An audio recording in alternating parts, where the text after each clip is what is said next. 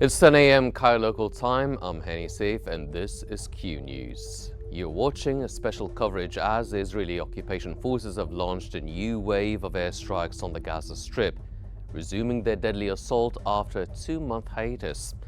More than 350 Palestinians, including many women and children, have been killed and over 1,000 have been injured in the largest Israeli attacks since the ceasefire with Hamas began on January 19th.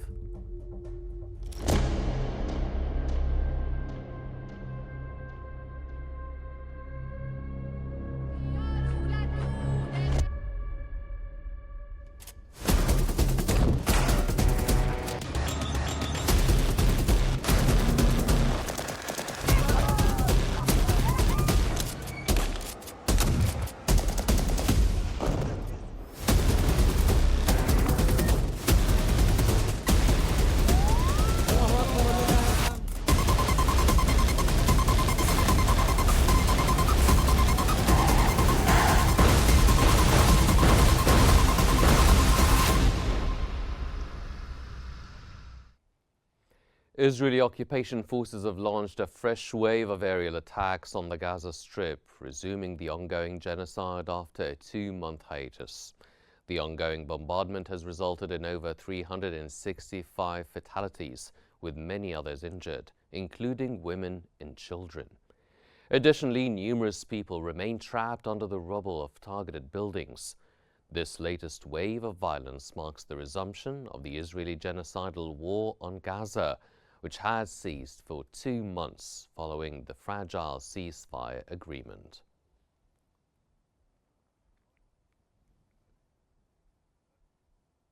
The Palestinian Foreign Ministry has stated that the Israeli occupation's aggression represents an official Israeli escape from the obligations of the Gaza Agreement.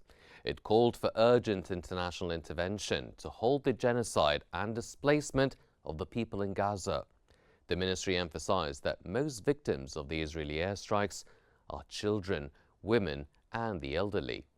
Furthermore, they asserted that political solutions are essential for achieving calm, ending aggression, and resolving the conflict.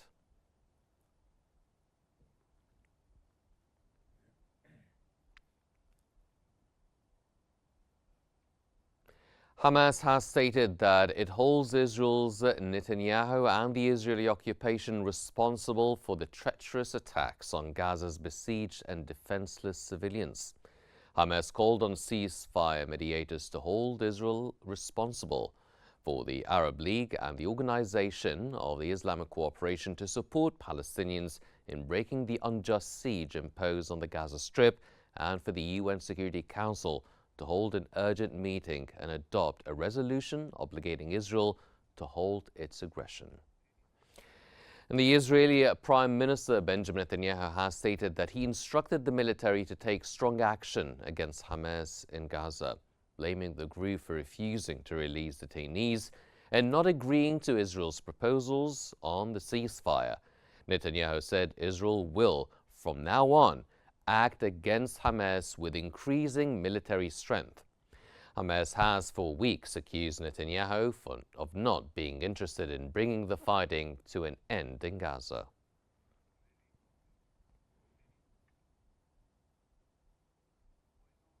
The Israeli Prime Minister's office has stated that Israel has resumed military operations in Gaza after Hamas rejected a U.S. proposal to extend the ceasefire. According to a report by Axios website, Israel and Hamas have been engaged in mediated negotiations after Israel refused to enter into the second phase of the ceasefire agreement, which was meant to begin following the first phase, which lasted for 6 weeks.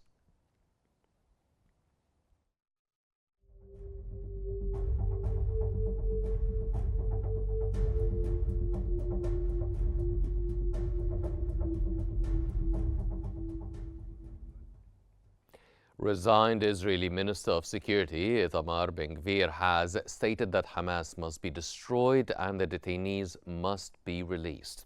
This comes as Israeli Prime Minister Benjamin Netanyahu's office announced that attacks on Hamas will intensify over time.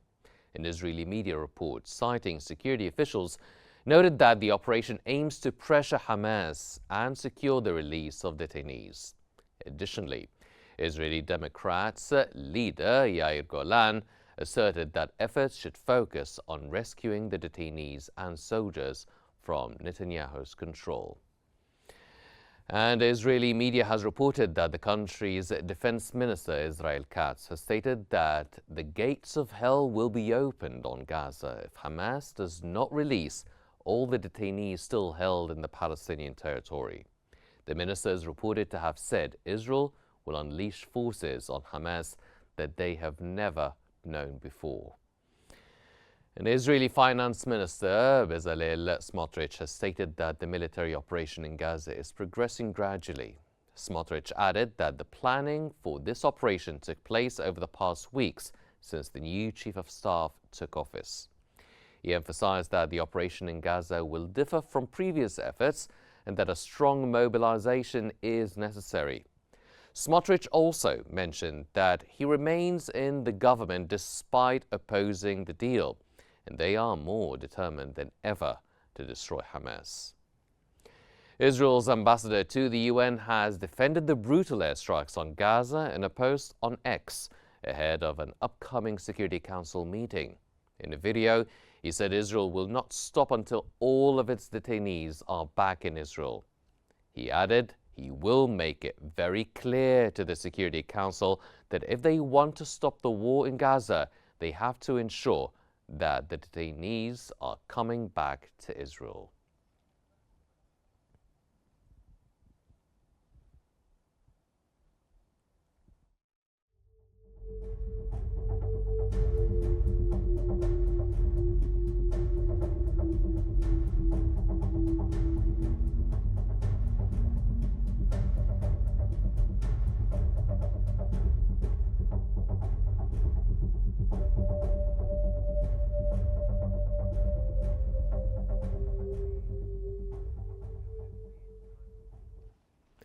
White House Press Secretary Caroline Leavitt has announced that Israel consulted with President Trump prior to initiating their latest attack on Gaza. Leavitt emphasized that, as President Trump has made clear, Hamas, the Houthis and Iran, along with all those who aim to terrorize not only Israel but also the United States, will face consequences and chaos will ensue. She further stated that the Houthis, Hezbollah, Hamas and Iran should take President Trump seriously when he asserts his commitment to defending law-abiding citizens and standing up for the U.S. and its ally Israel. The Palestinian Islamic Jihad movement has accused Israel of continuing its war of extermination against Gaza amid deliberately sabotaging all efforts to reach a ceasefire. The PIJ asserted that the renewed attacks by Netanyahu and his government will not grant Israel's superiority over the resistance, neither on the ground nor in negotiations. The group emphasized that what Netanyahu and his army failed to accomplish in 15 months of crimes and bloodshed will not be achieved again.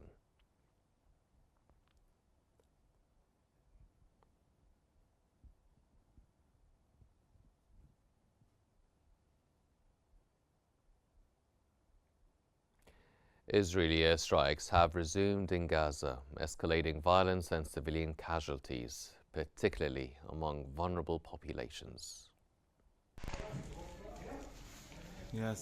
Israeli occupation forces have resumed aerial attacks on the Gaza Strip, effectively ending a 2-month ceasefire and escalating one of the deadliest assaults in modern history. The renewed bombardment has resulted in civilian casualties, including women and children, as airstrikes target densely populated areas. Among the latest strikes, Israeli warplanes hit Al Mawasi west of Khan Yunis, a southern Gaza area, where thousands of displaced Palestinians had sought refuge. Airstrikes also struck makeshift shelters for displaced persons and areas previously designated as safe zones, compounding the humanitarian catastrophe. Rescue teams face immense challenges in reaching those trapped under rubble due to relentless shelling, exacerbating the emergency. The escalation comes during Ramadan, disrupting a period of relative calm and raising fears of a full-scale massacre. Hamas has condemned the attacks, accusing Israel of violating the detainee and ceasefire agreement brokered by the Biden administration with support from Trump's administration. The group warned that Israel's actions jeopardized the fate of remaining detainees in Gaza. Israeli Prime Minister Benjamin Netanyahu defended the assault, stating it was a response to Hamas's refusal to release detainees and its rejection of US-mediated proposals. With more than 48,000 Palestinians killed since the Israeli aggression began 17 months ago, the escalation deepens an already dire humanitarian crisis. Aid organizations warned that Israel's ongoing blockade has left Gaza critically short on medical supplies, food, and essential aid, intensifying civilian suffering. As violence resurges, concerns grow over how far this renewed offensive will extend and whether diplomatic efforts can restore any prospect of justice and relief for Palestinians. Director of Gaza Hospitals, Marwan Al-Hams, has confirmed today that the Israeli occupation forces have destroyed 22 public and charitable hospitals, leaving only 7 operational. He stated that Israel has committed numerous massacres across the region, including dropping incendiary and heavy bombs on civilians, according to the Palestinian media. Al-Hams noted that the number of deaths and injured individuals in the Gaza Strip is expected to rise, highlighting that even areas claimed to be safe, such as Qnews, have been targeted.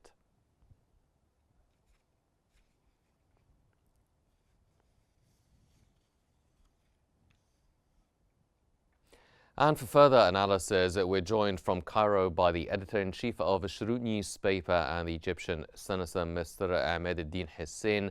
Welcome to Q News, Mr. Hussein. Sir, what triggered Israel's decision to resume airstrikes on Gaza, breaking the ceasefire that had been in place since January 19th?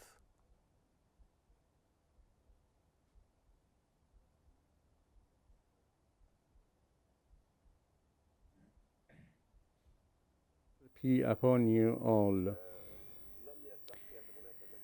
I think that there is a set of factors that triggered the Prime Minister of Israel, Benjamin Netanyahu, the assault of Gaza. The first factor that Netanyahu wants to pressure Hamas movement in negotiation to accept his main proposal and not to go to further of the second phase and the extension of the first phase, said by Netanyahu and failed to achieve. Israel wants to gain or to get back their detainees without paying any price. In return, Hamas wants to have a ceasefire, Israeli withdrawal, and the final agreement. This is a problem. The second reason Netanyahu wants to use the aggression as a safe boat to get out of the acute failure achieved previously, and also wants to solve the internal disagreement within his government. In the account of the Palestinian bloodshed, naturally, this wouldn't have happened without the American support that Israel said that they gained it from the President Trump. Mm-hmm. Well, sir, are there indications, or should we expect Israel to escalate its attacks beyond the airstrikes, such as ground incursions?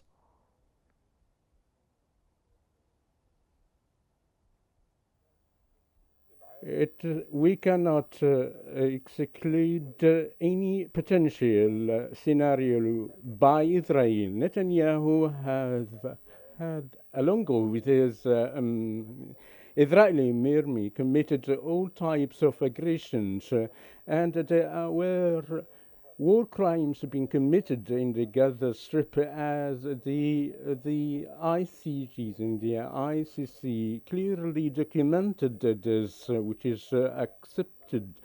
And therefore, what Netanyahu wants more. And I personally think that he will continue to pressure Netanyahu to gain a bigger, more of bargaining chips and the extensions of the first phase instead of going directly into or towards the second phase.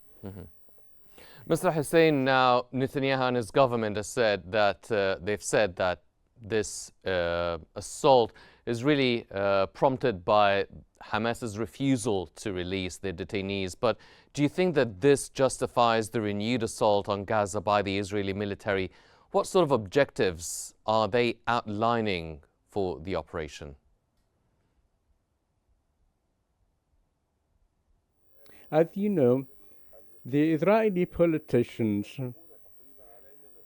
fully agreed that Netanyahu has a great privilege with that he is lying. We all know that upon the American pressure by that the agreement was signed in the 19th of January. I outlined several points. Hamas movement have already executed all these points, and Israeli ended this agreement, and the second phase should have started in the long time, but evaded by Israel. Israel is going according to its perceptions, and even its internal disagreements are based on the favor or in the account of the bloodshed of the Palestinian people. It's not in the favor of Hamas to fight. So why it is triggered for the resumption of the fighting? The main reason that Netanyahu wants to get back the detainees for free and to control completely on the Gaza Strip as well as the Salahuddin corridor, and to have a free mobilization in the Gaza Strip as he is doing in Syria. He also wants to commit and continue aggression in Lebanon without paying any price or even to abide with the agreement reached by the American effort. This scenario is clearly to stay for the having the full strength and already Israel has already agreed upon. Well, speaking of which, what's the future of the negotiations? How far will Israel's military escalation complicate the ongoing negotiations for a potential detainee exchange?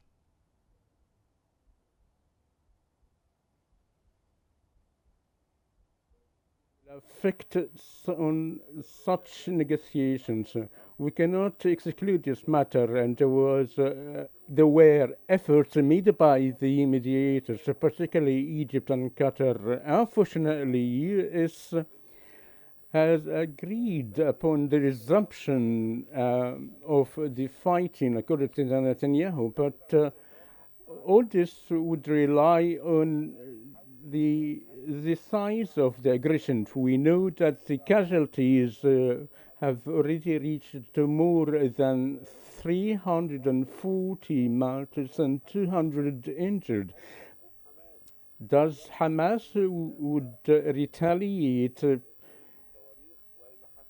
And if this would happen, so it is the following scenario by Israel. Given the way that the United States have been acted against the Houthis in Yemen, and they reportedly said that would give the green light to Netanyahu. So we cannot exclude any scenario and for the region to go into the comprehensive conflict. From Cairo, that was the editor-in-chief of the Shuru newspaper and the Egyptian senator, Mr. Ahmed Hussein. Mr. Hussein, thank you very much for joining us.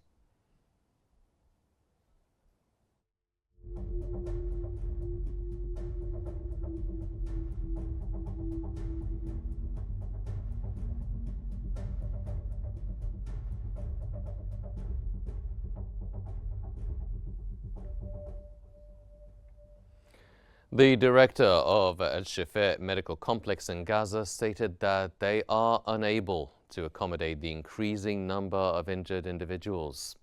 He noted that large quantities of medications and medical supplies have been depleted. He emphasized that the healthcare system is overwhelmed by the immense number of casualties. Furthermore, the director of the medical complex condemned the Israeli occupation forces for committing a complete atrocity early this morning. The Israeli Families of Detainees Committee has demanded the return of the ceasefire in Gaza, stressing that their children's lives are at risk. They urged U.S. President Donald Trump to continue working towards the release of the detainees, according to the Israeli media. The families accused the Tel Aviv government of abandoning their loved ones, warning that resuming fighting could cost the lives of 59 detainees still in Gaza.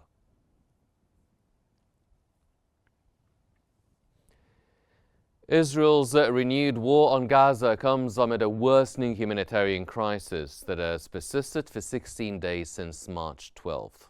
Following Israeli Prime Minister Netanyahu's order to block aid and close Gaza's crossings, residents face worsening shortages of food, fuel and water. Gaza's media office warned the renewed escalation will deepen the humanitarian crisis.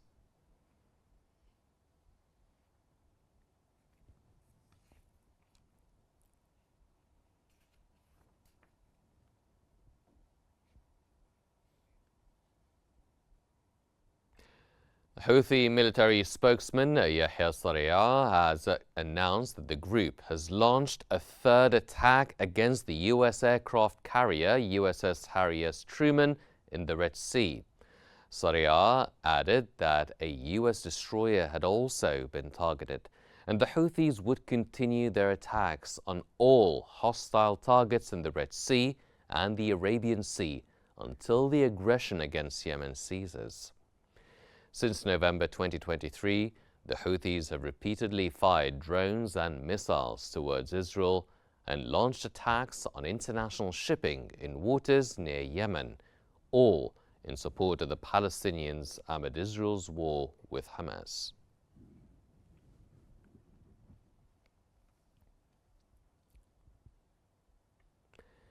Yemen's Houthi leader, Abdul Malik al-Houthi, has warned that the group would confront U.S. aggression by targeting aircraft carriers in response to what he called American aggression and support for Israel.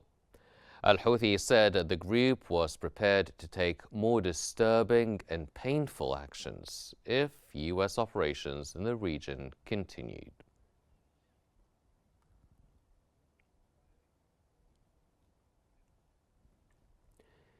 U.S. President Donald Trump has explicitly linked the actions of Yemen's Houthi group to Iran, warning that Tehran would suffer the consequences for further attacks by the group.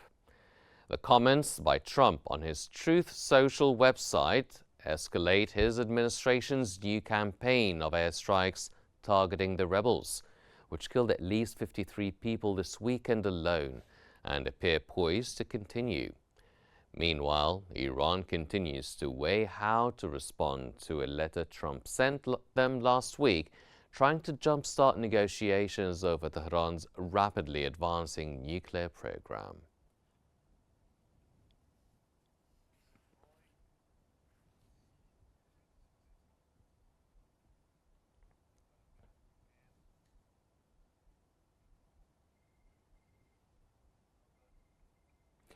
U.S. Secretary of State Marco Rubio has said that the U.S. is doing the world a favor by bombing Houthis. Rubio also stated that the U.S. strikes were aimed at stopping Houthi attacks in the Red Sea, which he noted had negatively impacted people's ability to purchase goods. He added that the U.S. is targeting the Houthis' capacity to attack U.S. Navy ships and their ability to strike commercial shipping. The U.S. Pentagon has stated that strikes were carried out against more than 30 targets, and it planned further airstrikes in the coming days. The Pentagon added that the strikes targeted headquarters, positions, and drone sites where what they identified as key leaders for the Houthis' drone program were located at the time. The Pentagon said there was no evidence that any civilians were killed in the attacks.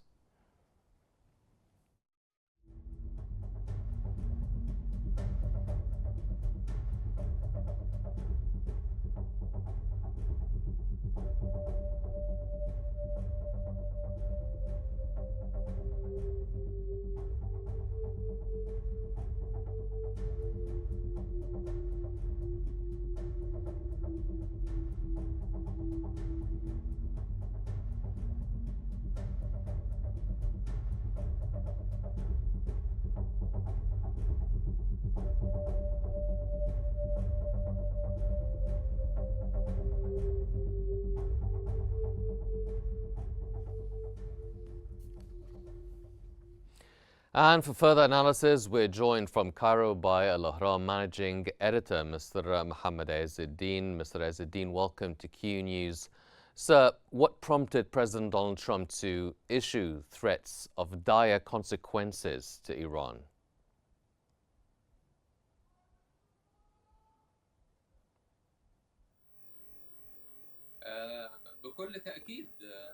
Certainly, the reference of the Houthis threat, Trump considers the Houthis that they are arms mobilized and moved by Iran, and therefore sabotage the American interest as well as the strategic ally Israel.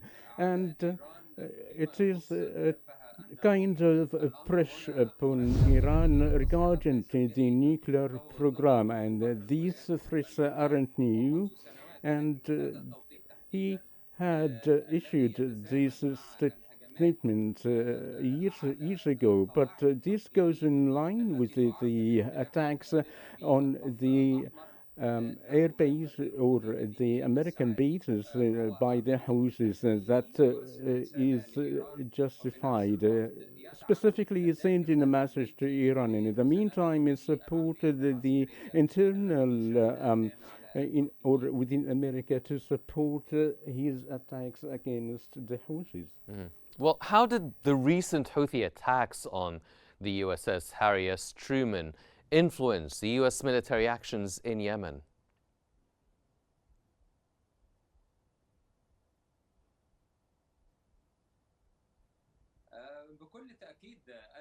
Certainly, the effect is tactical, even or if the USS Harry Truman has changed its passage away for these attacks, and it seems that they are unexpected in this time, or it is not in the enough estimation to respond in the sources of fire following the announcement of America that they would launch the missiles from the Truman. So the change of its course is a tactical one, and as a result of to continue the attacks in vertical.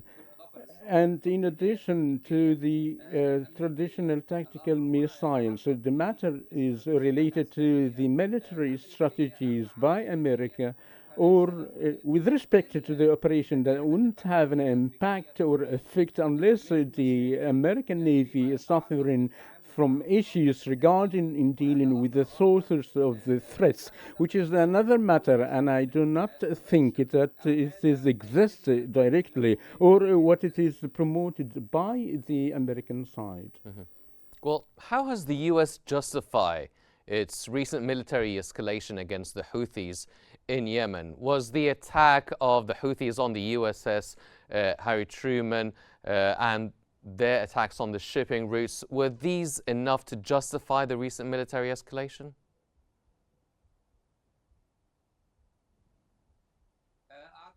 I think what triggered the attacks directly are the threats made by the leaders of the Houthis with regarding that we resume the attacks against the Israeli ships in the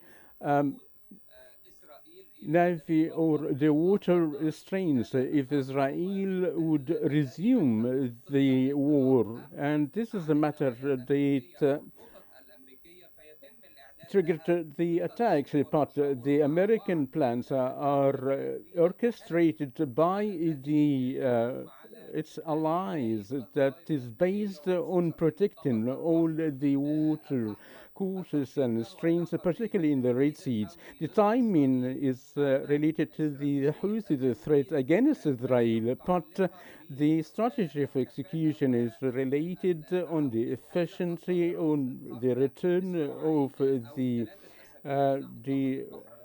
air carriers into the Red Sea to support the Houthis attacks in threaten the naval movement that third of the war trade is going through, which cause a direct threat of the American threat and their allies in the region. Mr. Azzeddin, what could we expect in the upcoming hours from President Trump's threats of the dire consequences to Hamas, the Houthis, and Iran?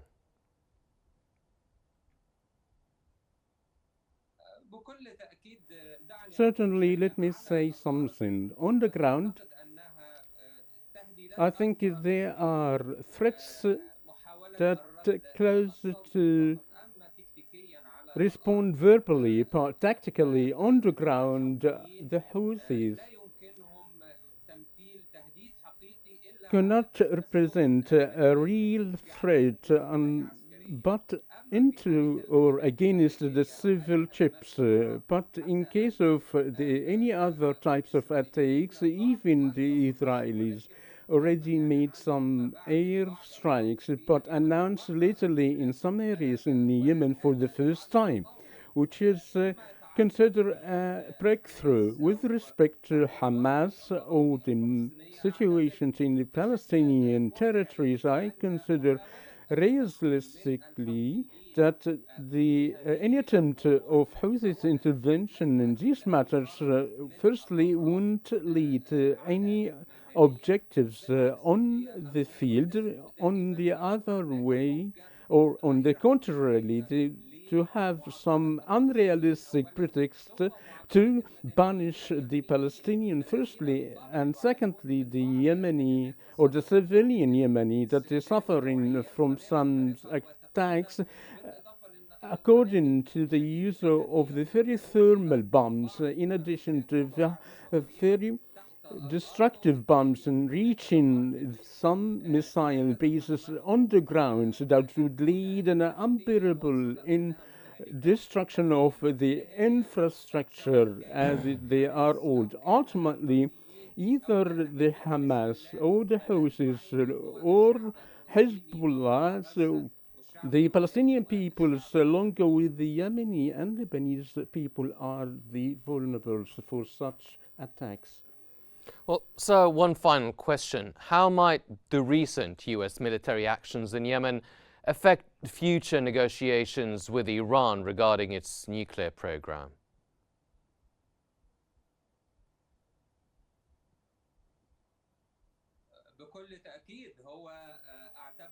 Certainly, I consider it as a message of warning from the American side, meaning that the Houthi armies are being cut off. The upcoming period, the direct confrontation will be with Iran directly, not only through the sanctions, but a green light might be exist for Israel to execute a strike as named by Israel, a preventive strike against the nuclear facilities that would enter the matter to the very complicated paths on the Gulf, not only on the Gulf area, but for the whole world. It is a threat of and to get the allies, on top of which, such as Israel, along with the whole region, regarding the navy or the maritime movement in the region, and to use it as a bargain chip with regard to the nuclear negotiation to prevent it of the possession of nuclear arms. The matter is politically and militarily, and to achieve another objectives along with the main allies regarding the maritime movement in the Red Sea in general. Well, from Cairo, that was Al Ahram managing editor, Mr. Mohammed Ezzeddin. Mr. Ezzeddin, thank you very much for joining us. Ladies and gentlemen, our special coverage continues here on Q News, but please don't forget to follow Q News on YouTube, Facebook, X, Instagram and TikTok at Q News EGY to stay informed. Thank you for watching and stay tuned for more updates here on Q News.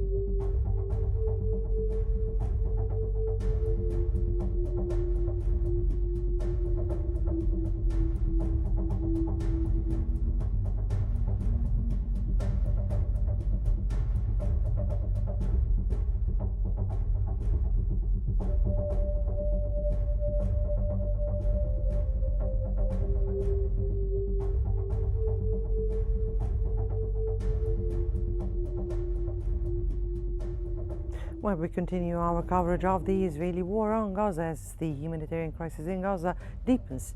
The fragile ceasefire has now collapsed and Israel has escalated the situation by resuming its war on Gaza, resulting in deaths of hundreds within a matter of hours.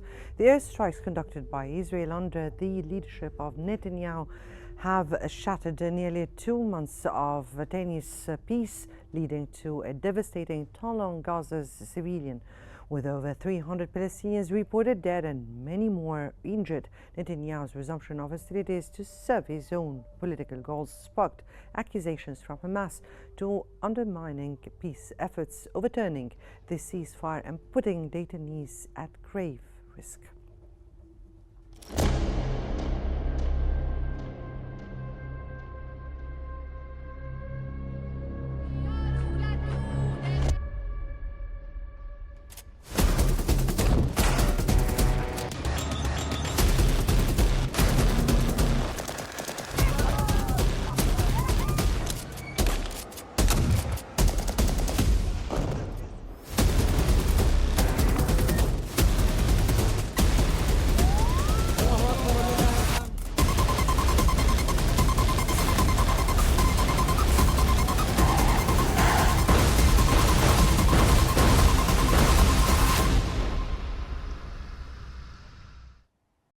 As Israel terminates the ceasefire agreement and goes once again on the offensive in Gaza, it has declared its readiness to expand its campaign beyond air raids if needed.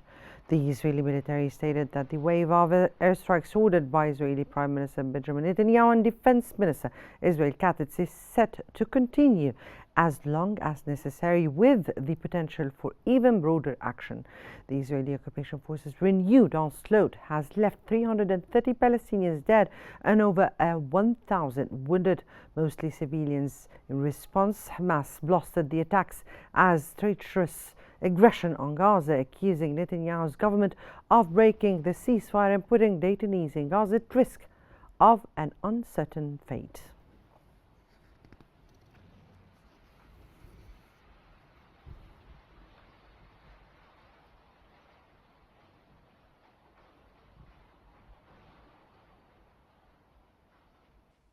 Right, and for more analysis, we're now joined from Cairo by Dr. Mohammed Osman, the international relations specialist. Good morning to you, Dr. Osman, and welcome to Qnews. Let me here start by asking you, Netanyahu's decision to resume this war on Gaza is a blatant escalation.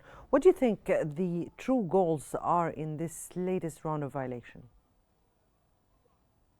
Thank you for having me, Mona. Unfortunately, what we have been expecting for the past few days, unfortunately, has now transpired. Israel has broken the ceasefire, basically unilaterally terminated it without any legal basis, and decided to resume this war of aggression against the people of Palestine with complete disregard to the international norms, international law, and the provisions of the agreement that was the ceasefire agreement that has been reached through the mediators, whether the Egyptians, the Qataris, and the Americans. And unfortunately, the Israelis have been enabled in this regard by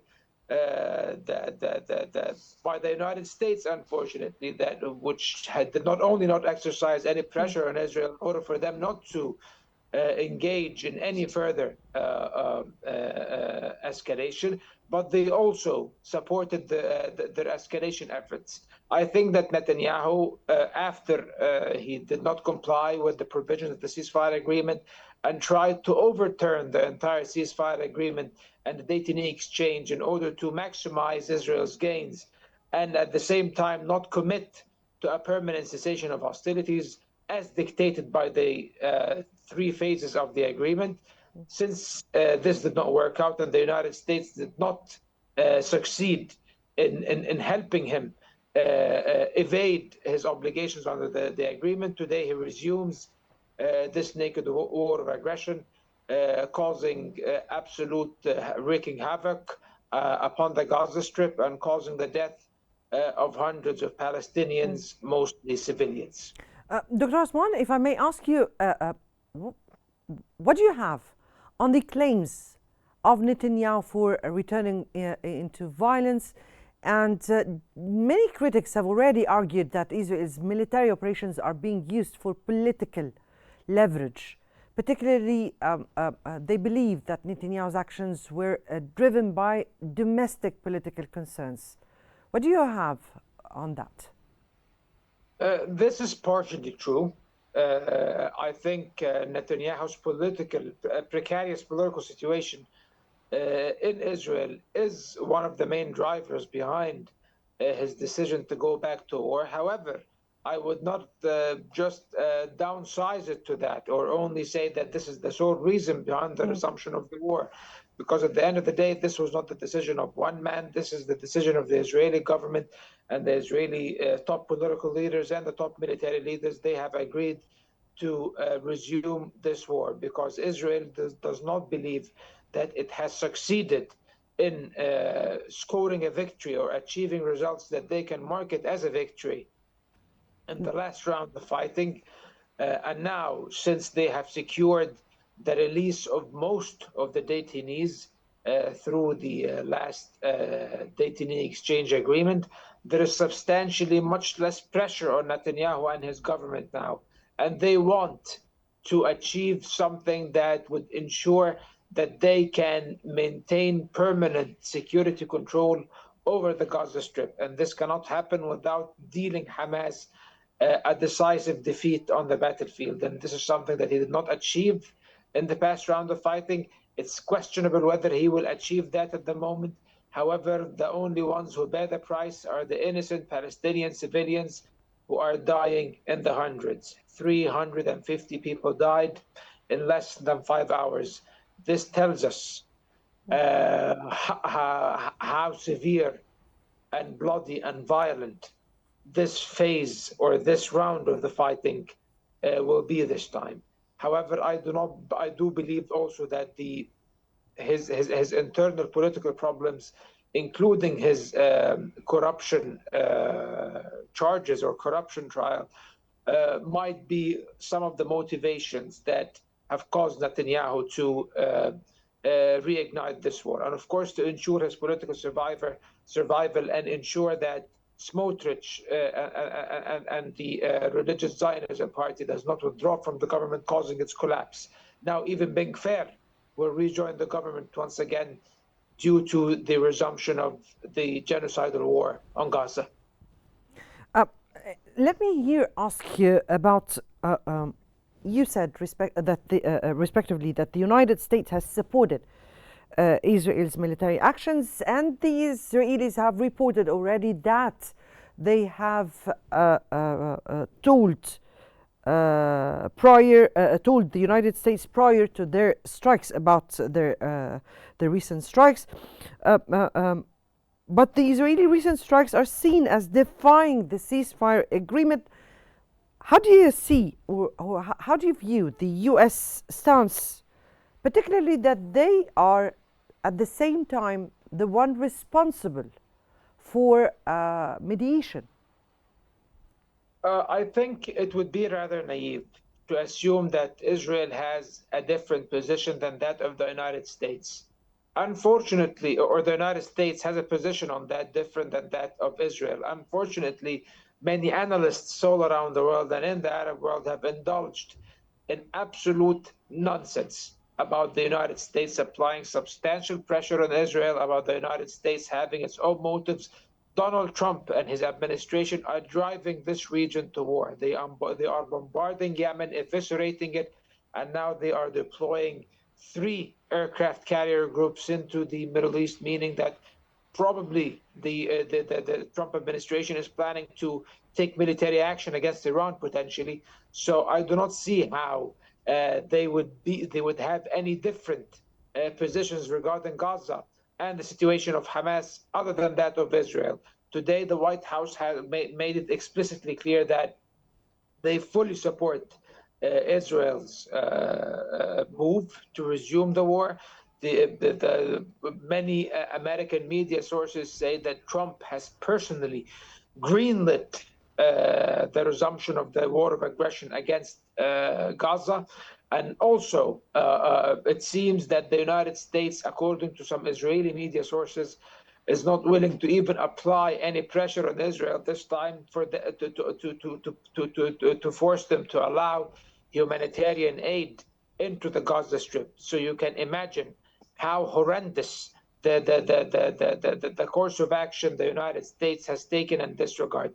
The United States now we can consider is a participant in this war of annihilation against the Palestinian people. The United States has proposed the displacement and the ethnic cleansing of the Palestinian people as a solution to the Palestinian cause. So if this is the country that is mediating this conflict, then I know that the chances of peace are in dire straits, and that peace will never materialize.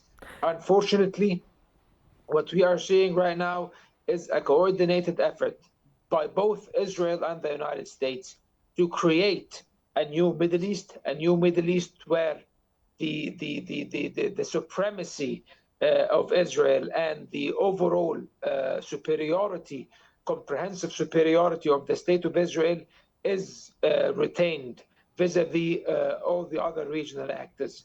And unfortunately, this is the situation now that we have to deal with. And unfortunately as well, the people of Palestine will be the first victims of these sinister actions. Israel's airstrikes have already killed over 300 people and injured more than 1,000 others. Now, how do you assess the legality of these actions under international law, particularly in relation to the ongoing ceasefire agreement and negotiations, definitely for the second phase that has collapsed already here at the end of the first one? Well, the ceasefire agreement does not exist anymore, so it's not binding to anyone. It's over. The war has begun, so it has no legal standing now whatsoever, and it has no effect. It's worthless, unfortunately. However, that does not mean that Israel is not violating international law by the way it's conducting itself during this phase of the military operation, just like the previous one. Israel is committing horrendous war crimes, which come in complete violation of a plethora of international human rights treaties and international humanitarian law as well. Primarily the Geneva Conventions, of course, which are the laws of war, basically, and also international human rights laws, as I previously said. So now they are blatantly committing war crimes today. They have resorted to the so-called fire belts, which is a form of partial carpet bombing of entire residential areas, causing the death of entire families. 350 people, mostly civilians, have died in these attacks. It is reported that they have managed to assassinate 6 leading members or mid-ranking members of Hamas. However, they killed 6 Hamas leaders, and with them they killed over 350 civilians. So you can imagine the proportionality that is being assigned in this regard, which is not acceptable by any means. In addition to that, Israel has deprived the Gaza Strip for the past 17 days of all humanitarian aid, which means that a humanitarian crisis at the moment is brewing inside the Gaza Strip, and this now will be compounded by the resumption of the war and the absence of any U.S. pressure to force Israel to let humanitarian aid in. Unfortunately, the escalation we are witnessing right now in Gaza is almost unprecedented, and it seems if things continue the way they are, the war in Gaza, this round of war, will be much more brutal and bloody than the last one, which ended about 57 days ago. The Israeli media has, or citing security officials, Israeli officials definitely has reported that the attacks on Gaza aimed to pressuring Hamas in freeing the remaining detainees. However, families of the detainees The Israeli detainees have already condemned the resumption of war and demanded the return of the ceasefire and peace efforts. Now, how do you think the Israeli public perceive the Israeli decision to resume the war, and what do you think their reaction would be? The Israeli public is fairly polarized at the moment. On the one hand, you have the families of the detainees and the Israeli left in general. They are opposed to how Netanyahu is handling this conflict, is handling the detainee exchange. They do not agree with the resumption of the war today. The families of the detainees have released a statement condemning Netanyahu's resumption of hostilities in Gaza because it endangers the lives of the 24 remaining living detainees inside the Gaza Strip. On the other hand, another segment of the Israeli public opinion, the supporters of the far right and the ultra-conservative segments of Israeli society, which are numerous, by the way, they are a very significant proportion, and they are the power base of Netanyahu and his governing coalition. They completely support Netanyahu's resumption of the war. So now Israel is polarized and divided. However, I do not believe the polls in the Israeli media or some leftist Israeli media outlets. I believe that the majority of the Israeli populace, unfortunately, supports the resumption of the war. Had they not been supportive of the resumption of the war, I don't think it would have happened, because Israel is a country where public opinion matters in a way or the other. So at the end of the day, Netanyahu knows that he has support among some segments in the population, and that's why he took the decision to resume his genocidal rampage in the Gaza Strip. However, I do not believe that this is sustainable. If the war goes on and more detainees die, as many have already died due to Israeli fire, maybe then public opinion will turn more against the Israeli government. And also something you mentioned in that question, Mona, you said that the goal is the announced goal, or the Israelis have openly announced for the resumption of the war is the release of the detainees. This is one scenario. They might be trying to pressure Hamas to accepting all the concessions that were asked of it by Steve Witkoff, the President Trump's envoy to the Middle East. However, there is also another scenario that might be the case, which is that Israel plans to exercise or impose direct control over the Gaza Strip and occupy parts of it permanently and forcefully remove Hamas from power. This is another scenario. A third scenario, and this is the worst of them all, is that Israel might be attempting to implement the plan of ethnically cleansing and forcefully displacing the population of the Gaza Strip through this manifestation of absolute genocidal brutality. In either cases, it will lead to very dire consequences for all the relevant actors, including Israel. Right. That was Dr. Mohammed Osman, the International Relations Specialist. We thank you so much for your valuable insights. And following the resumption of the war on Gaza, the families of Israeli detainees have issued a statement accusing the Israeli government of choosing to give up the lives of the detainees. The families of the 59 detainees warned that the renewed offensive could cost the lives of those still in Gaza who could be saved and returned. The ceasefire must be resumed. Many lives are at stake, they said. The statement also added that there will be no security, no victory, and no redemption until the last detainee returns home. Meanwhile, Israeli Finance Minister Bezalel Smotrich stated that Israel had resumed intense attacks against Hamas as part of a phased operation that the cabinet has been building and planning over the past few weeks.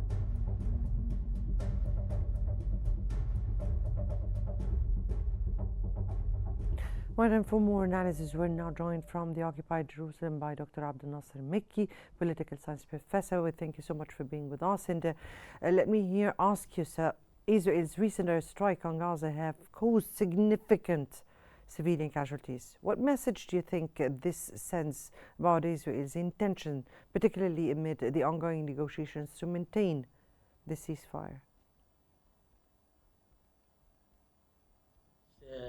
Process or operation which called it's as the courage and the sword to send a message to Hamas that all the negotiation from now will be under the fire. So and airstrike. So according to this, it is the Netanyahu want from Hamas to give up, and also for all the demands that Hamas, that's preconditioned before. And what they want Netanyahu is that they want to implement his plan and the view that he want to release all the detainees according to the Israeli, that plan, and also according to the Witkoff proposal. But Hamas, as you know, they refuse it, and they propose another proposal that they want to release one American detainees and 4 bodies. But the Israeli and the American, they refuse this. And because of this, Netanyahu started this operation today. As you know, this is a message to Hamas. But at the end, also, there is another things or another, that reasons for this, because Netanyahu, he will expose to this tomorrow, because tomorrow, Wednesday, as you know, there are many thousands of the Israeli. They will go to the streets and they will make demonstration against Netanyahu because, as you know, he want to remove the head of the Shabak, Rene Bar, from his position. So I think Netanyahu utilized these things in order that started this process in order to protect himself and his coalition. So this message will go to Hamas that everything from today will be under fire. If I may ask you here, by this move, Netanyahu is sabotaging the peace process for political gains, or so it seems. Do you think the conflict is being manipulated by Israel to maintain control over Palestinian territories, particularly with Smotrich confirming that they have been preparing for this attack for the previous weeks? Yes, I think this is what they happened now. You know that Hamas was commitment to the that agreement, and they said that the first stage have been succeeded, but the Israeli even that they didn't even they implemented the protocol, the humanitarian protocol. But after that, when the Israeli government and Netanyahu and the American, they proposed to release some of the detainees without any, that's even price by the, even that they wanted just to release the detainees. Hamas refused this. And what I want to say is that from the beginning, Netanyahu was not was against, that's the agreement. And even that, when they started this the agreement, the first stage before 2 months, as he that also he has agreement with Smotrich that Smotrich supported Netanyahu in going with the agreement, while Netanyahu will support him to free his hand on the West Bank to make the settlements, and also his planning for the going to the refugee camp in north of West Bank to destroy it, like what now they did. So I think what we are witnessing is that Netanyahu and the government of Israel is violated, that's the agreement, and they are now escalating to go ahead with this, even in Gaza and also in the West Bank, because now also the process for the Israeli operation for the army now is also to application all the people from the refugee camps in West Bank, and also at the same time now they started today also to warn the people in Gaza to go ahead to remove and to go to displace from their home. So we witnesses this is from West Bank, also in Gaza Strip. But let me take here your comment on Smotrich and what he stated that they resumed the intense attacks and has been part of a phased operation that the cabinet has been building and planning over the past few weeks. Yes, I think that's Modric. As you know, he tweeted that he will go. He will leave the government. He will leave the government with Netanyahu. And he said that if Netanyahu go ahead with the second stage, he will not stay. And at the same time, Netanyahu give him free hand to go to do what he want to do in West Bank. So this one thing that Smotrich push and pressure on Netanyahu to resume the fire in Gaza in order that he will stay on the coalition. Yes, what I mean here, Dr. Mickey, that the claim of Israel was that they were they wanted Hamas to give all or to return all the detainees back, and they want to put pressures on Hamas. Now that Smotrich confirmed that they were planning for that strike for weeks, so it's not really about pressuring Hamas on this. What do you have on that? And let me here take another question, which is the humanitarian crisis in Gaza, and what more should the international community do to hold Israel accountable for its violations of the international law? First of all, about the first question about Smotrich and about the plan, I think the plan of attacking, which is the courage and sword now, the process is not, the operation is not have been planned instantly. It was, they put this plan before in order that when they will be like, that gap between Hamas and between the American and Israeli, so they will with this. So they are, this plan was not today, it was before. And this is also what Smotrich said, that they are planning this from the beginning. So this is something that the Israeli is not interested with the release the detainees alive. They want to go ahead with the objective of Netanyahu, which is the win against Hamas, and also to release the detainees, which not happened now. For the second question concerning the humanitarian, that from 17 days until now, they didn't allow to any, food and water to enter Gaza. And there are some signals of, starvation and lack of water and medicine and the problem inside the hospitals. So this is problem. But what I want to say is that I blame on the international community, because even that, the international community didn't do anything from the beginning. They just watching, and they try to push in Israel by the American that they could allow to the humanitarian, that's aid to enter Gaza, which is that they are not doing anything, just watching. And if Israeli allow, just by Israel, if they want to allow to enter Gaza, all the necessary, that's humanitarian aids, it's just by the Israeli willing to allow to them to enter Gaza.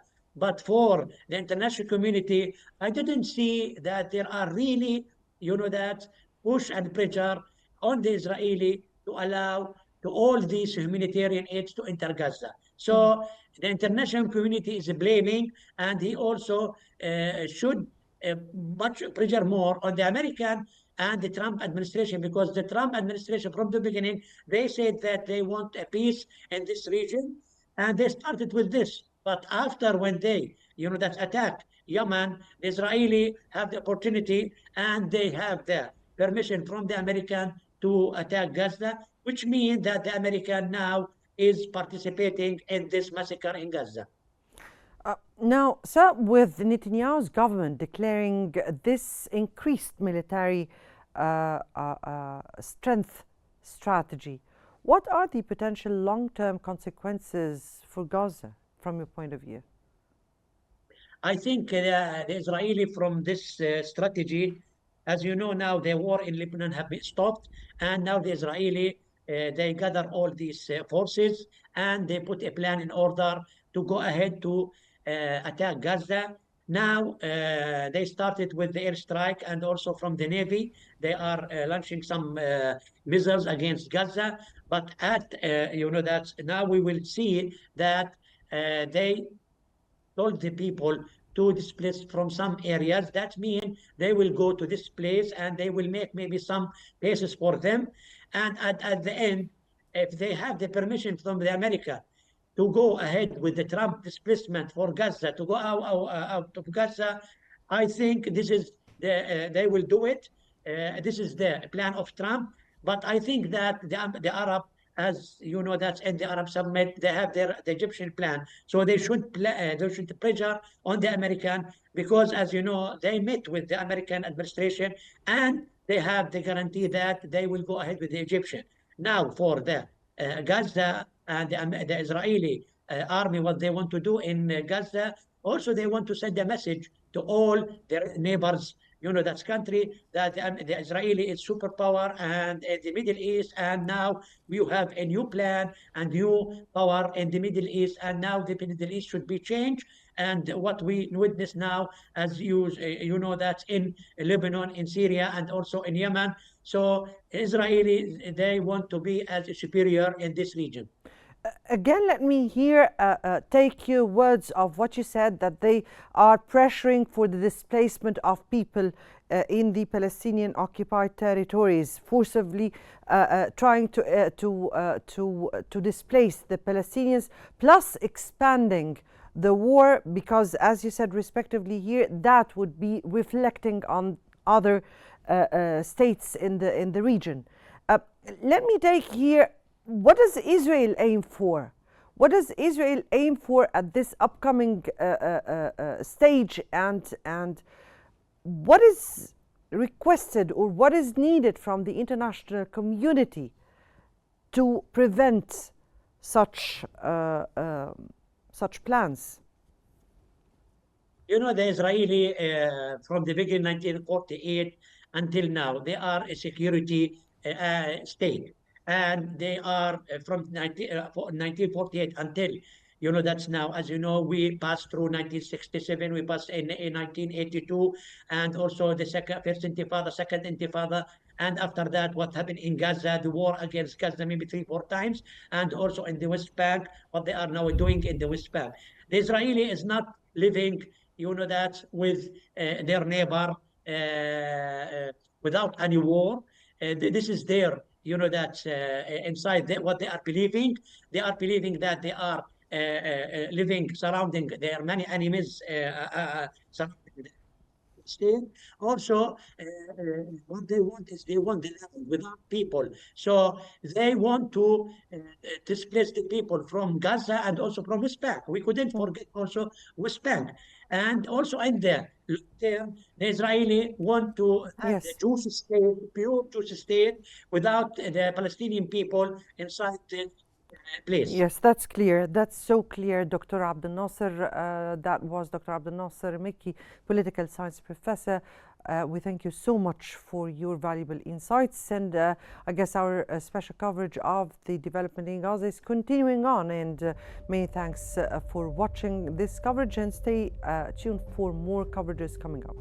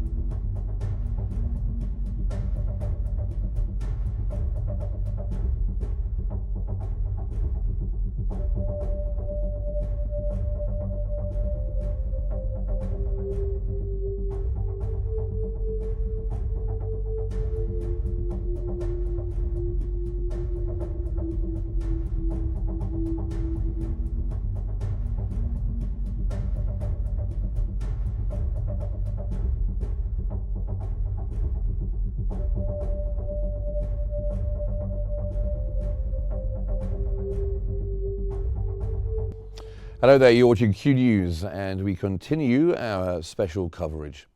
Israeli occupation forces have launched a new wave of airstrikes on the Gaza Strip, resuming their deadly assault after a 2-month hiatus. More than 350 Palestinians, including many women and children, have been killed and over 1,000 have been injured in the most significant Israeli attacks since the ceasefire with Hamas began on January 19th.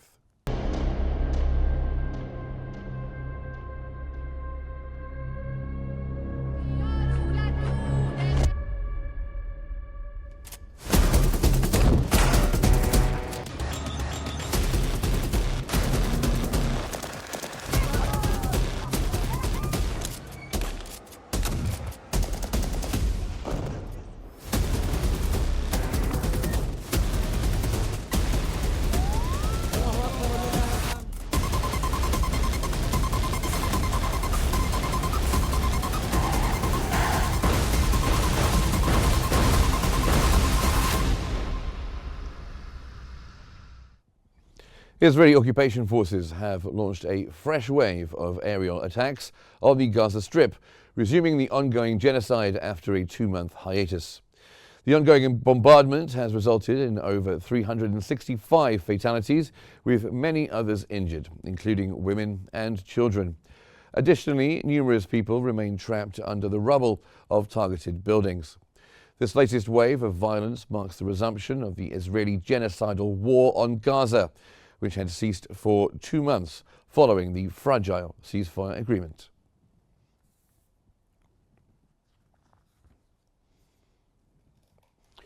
The Palestinian Foreign Ministry has stated that the Israeli occupation's aggression represents an official Israeli escape from the obligations of the Gaza agreement. It called for urgent international intervention to halt the genocide and displacement of the people in Gaza. The ministry emphasized that most victims of the Israeli airstrikes are children, women, and the elderly. Furthermore, they asserted that political solutions are essential for achieving calm, ending aggression, and resolving the conflict.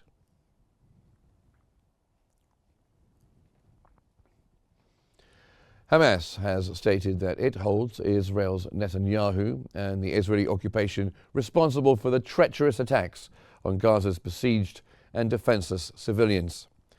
Hamas called on ceasefire mediators to hold Israel responsible for the Arab League and Organization of Islamic Cooperation to support Palestinians in breaking the unjust siege imposed by on the Gaza Strip, and for the UN Security Council to hold an urgent meeting and adopt a resolution obligating Israel to halt its aggression.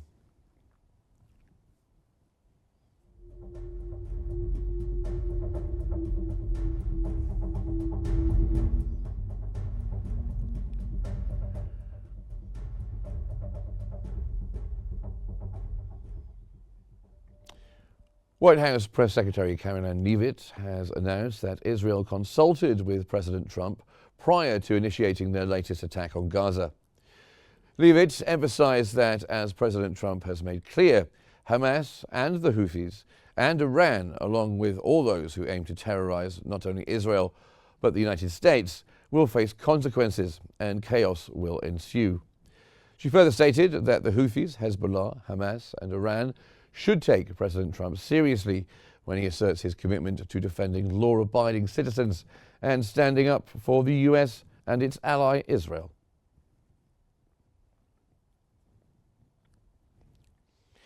The Israeli Prime Minister's office has said that Israel has resumed military operations in Gaza. That's after Hamas rejected a US proposal to extend the ceasefire. According to a report by Axios, Israel and Hamas have been engaged in mediated negotiations after Israel refused to enter into the second phase of the ceasefire agreement, which was meant to begin following the first phase, which lasted for 6 weeks.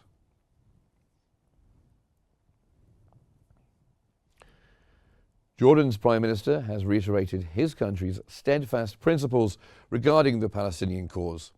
He firmly stated rejection to displacement, resettlement, and alternative homelands. He emphasized that Israel's war on Gaza constitutes a war against humanity. The Kremlin has announced that Russia is closely monitoring the situation in Gaza and hopes for a return to the peace process. Also, the Kremlin expressed concern over the deteriorating conditions in Gaza and reports of civilian casualties. Dutch Foreign Minister Casper Veldkamp has said that all hostilities must end permanently. He called on warring sides to respect the terms of the ceasefire deal and to protect all civilians. He also said that the remaining Israeli detainees must be released in Gaza and humanitarian aid should be made accessible to those in need.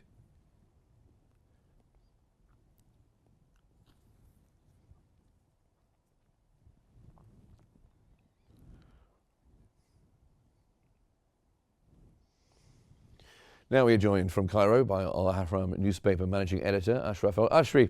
Thanks for being here with us on Q News. So what do you think has triggered Israel's decision to resume airstrikes on Gaza?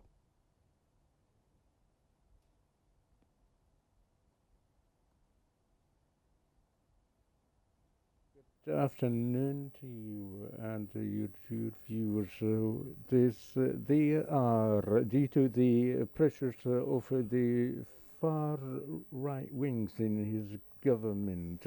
In addition to that, from now to the 30th of March is to propose the budget by voting for once. And if Netanyahu failed and along with his government and the Knesset, the government will be dissolved and the new elections will be announced. So we have a great opportunities for Netanyahu to stand before the Israeli jurisdiction. So, in light of the hardship of the successor of the second and the third phases and the heat evade of the following next and change the equation according to the Doha agreement. So he does not desire to move forward into the second, third phases. So, and he wants us to get all the detainees without any abidement to any conditions, or to withdraw from Saladin corridor and Rafah. So Netanyahu, he wants to change the equation into a war for at least 10 days until the meetings of the Knesset within the following 10 days, and then pressure on Hamas to provide more concessions in this time. Hence, I think the negotiations will get back, but this is a part of Netanyahu's goal to eradicate more leaders of Hamas movement. Okay, and are there, do you think, indications that Israel plans to escalate its attacks beyond airstrikes, perhaps ground incursions?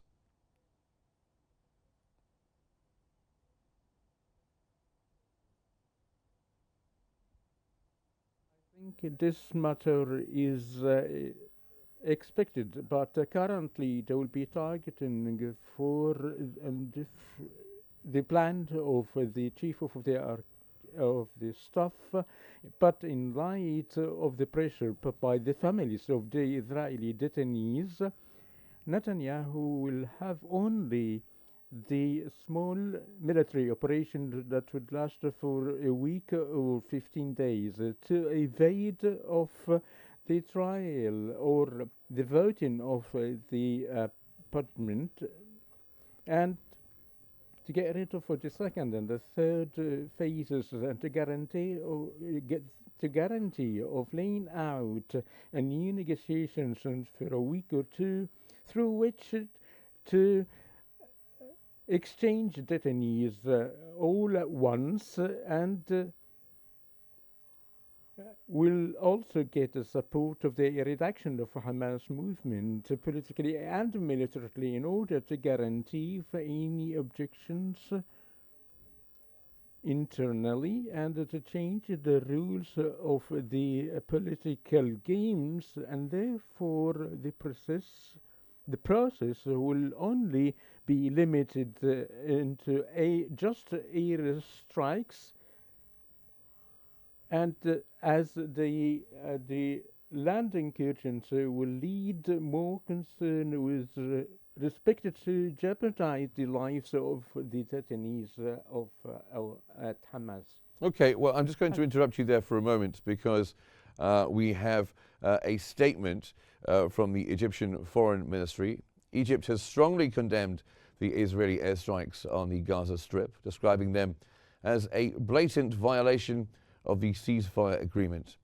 In the official statement, the Egyptian Foreign Ministry warned that the attacks represent a dangerous escalation that could have serious consequences for regional stability. Egypt further rejected Israeli aggression, accusing it of seeking to rekindle tensions. The Foreign Ministry also expressed concern that the escalation could drag the region into a renewed cycle of violence and counter-violence. Calling for immediate international intervention, Egypt urged world powers and regional stakeholders to take swift action to halt Israeli military operations in Gaza. Cairo also emphasized the importance of allowing mediators to continue their efforts toward achieving a lasting ceasefire and restoring stability in the region. That's a statement from the Egyptian Foreign Ministry. Now we go back to our guest, Ashraf al-Ashri. How does the Israeli military justify this renewed assault on Gaza, and what objectives are they hoping to achieve in this operation?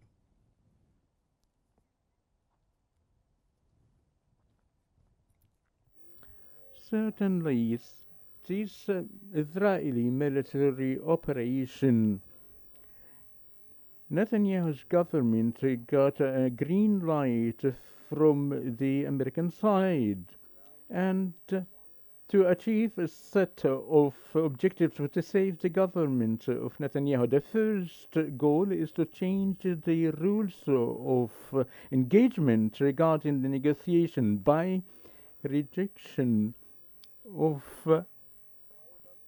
Hamas and the evade of Israel to execute the article regarding the humanitarian aid of the first phase, and its core objective to deal militarily with the Hamas leaders that showed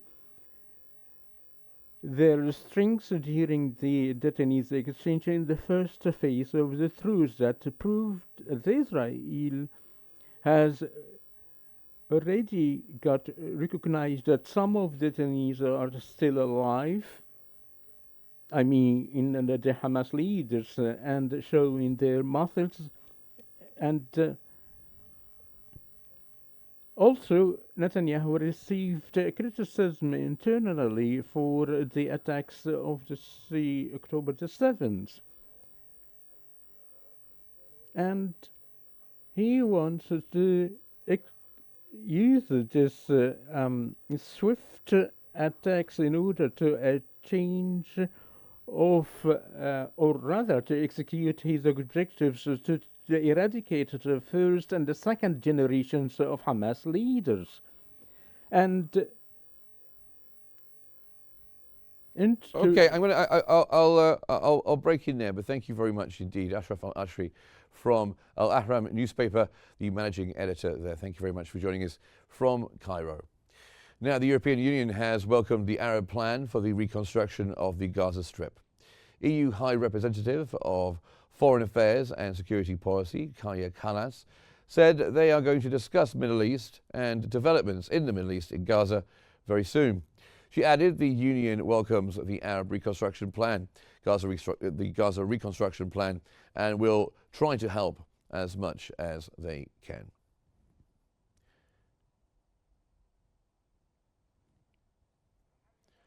Qatar has stressed the need for the international community to confront the starvation policy pursued by the Israeli occupation in the Gaza Strip. During a meeting with the UN envoy Sigrid Kaag, Qatari Prime Minister Al Thani urged the international community to address Gaza's humanitarian crisis and oppose Israel's starvation policy. They discussed challenges to aid delivery and sustainable solutions.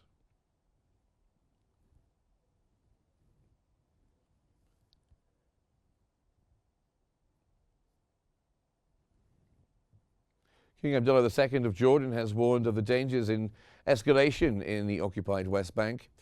During a meeting with his Italian counterpart, Sergio Mattarella, in Rome, King Abdullah stressed the need to reach a comprehensive calm, including maintaining the Gaza ceasefire, supporting the rebuilding of Gaza, while rejecting the displacement of its residents and resuming the entry of aid. He commended Italy's pivotal role in providing humanitarian assistance to the Strip and its contributions to the humanitarian air bridge launched by Jordan to transfer aid shipments to Palestinians in Gaza. Israel's Broadcasting Authority has reported that the recent wave of attacks targeted senior figures within the Palestinian armed movement. This is according to Israeli's broadcast. The Israeli military has accused Hamas of rearming its forces and preparing to carry out attacks.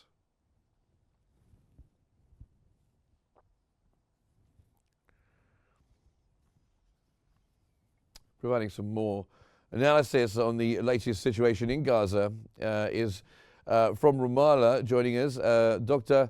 Ahmed Rafi Awad, who is the head of the Center for Future Studies at Al-Quds University. Thank you very much, Dr. Awad, for being here. What do you make of this decision to dismiss the Israeli Security Service Shin Bet's chief? Does this reflect some deeper fractures within the Israeli security political apparatus?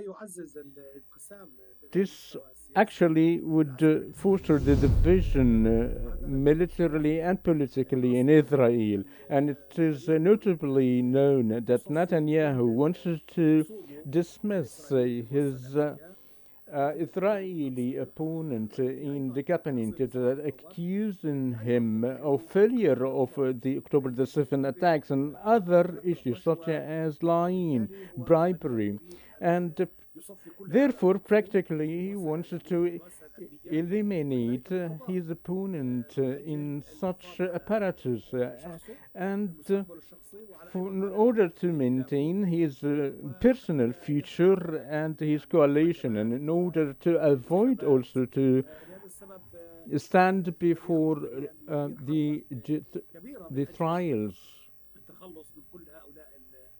I lost the sound.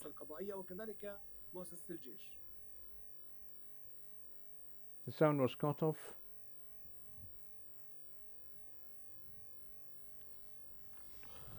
Dr. Awad, I think we're having a few little issues with our interpreter being able to hear you. But Dr. Awad, what do you think? What are the reasons behind Israel committing more military operations in Gaza and restarting this war, essentially?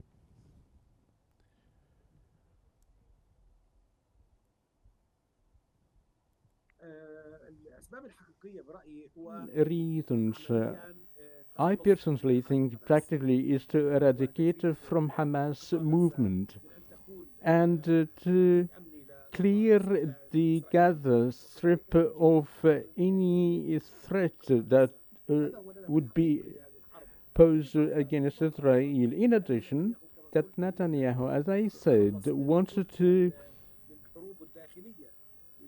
finish all his internal wars, meaning to fostering and his government and to prevent holding elections and to regain the power of this coalition, as would have to or rather, the Qnews is about to go in the process of waiting of the enlisting the Haredi soldiers as well as the crime, or the crimes against them. These are the reasons the resumption of the war, in addition of the real objectives that Israel thinks in the war is an strategic options to maintain the government coalition into the displacement of the Palestinian people or demilitarization of the Gaza Strip as a whole. Now, Dr. Awad, given the mounting number of civilian casualties and, of course, the destruction of healthcare facilities in Gaza, is there any way that international law could be enforced and might be able to protect innocent lives?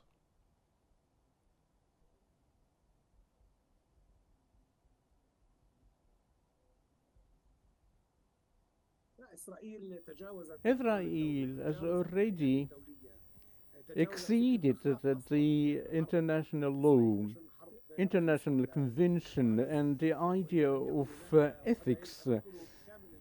We should say precisely, if we didn't have a real and a fast Arab stance by the Arab world, the Palestinians will pay the ultimate price by launching a new war under the new military leaders, the chief of staff, and along with old goals that would affect the others. For this reason, and by the way, Israel is also endorsed by the American side. There's no restraints either by the international laws or the international institutions. And I think that the Arab world, the stance should be decisive as long as we have an Arab plan already proposed. And the Palestinian Foreign Ministry has called for urgent international intervention in the situation. Do you see any role for the UN and, of course, other global powers like the United States in curbing this Israeli aggression?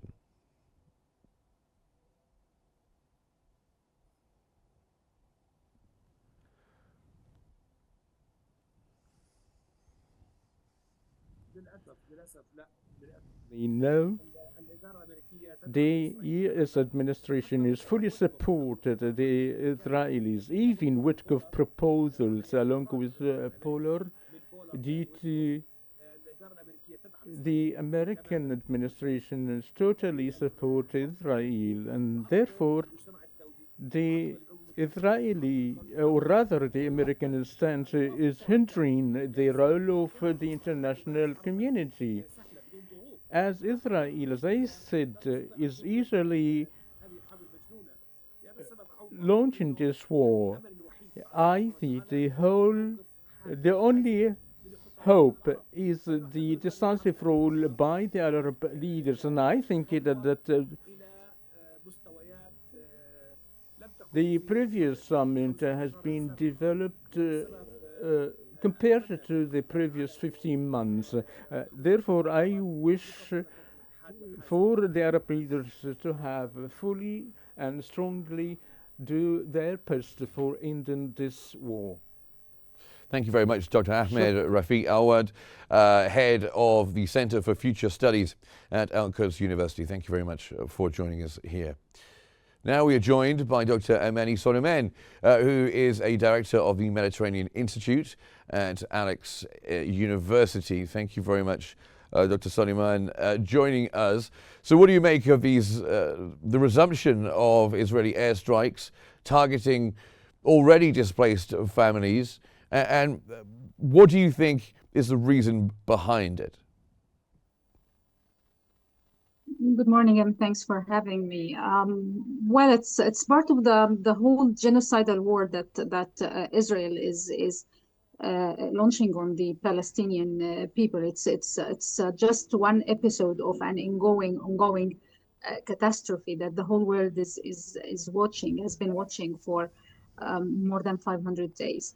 And perhaps this time it has other targets. It has actually political objectives, so which is mainly saving Netanyahu's neck and trying to make noise to cover the firing of the Shabak's director.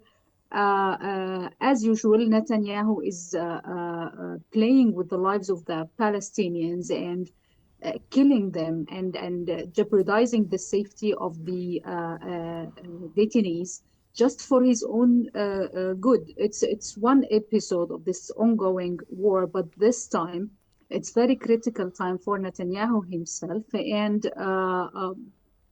again, one step to extend his seat as the prime minister.